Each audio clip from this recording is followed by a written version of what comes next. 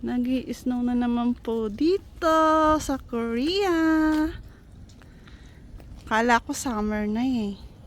Ang init-init lang kanina. Nag-snow na naman. Oh, ayan na naman. Dumaan na naman si Elsa.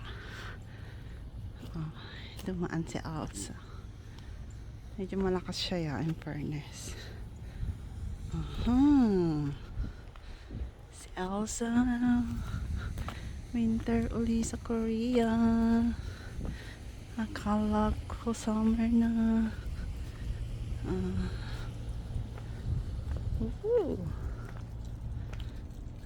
Nang white na doon. Kung napapansin nyo, bakit hindi na nagwa-white yung kalsada? May asin po yan. Nilagyan po ng asin ni Bianan. Doon walang asin. So, yun, medyo nag-white na siya. Dito, ito na agad. Dahil sa salt. Ayan. Ayan na po si Elsa again. Nilalagyan po talaga nila ng asin sa kalsada para hindi madulas.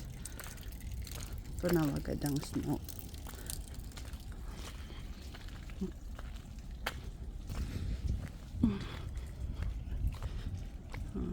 See? Yung ating onion. Yung farm natin, guys. Ayan na naman si farm. Medyo kasi ang ingay ng mga ibon. Ayan na. Ay, snow na naman dito sa Korea.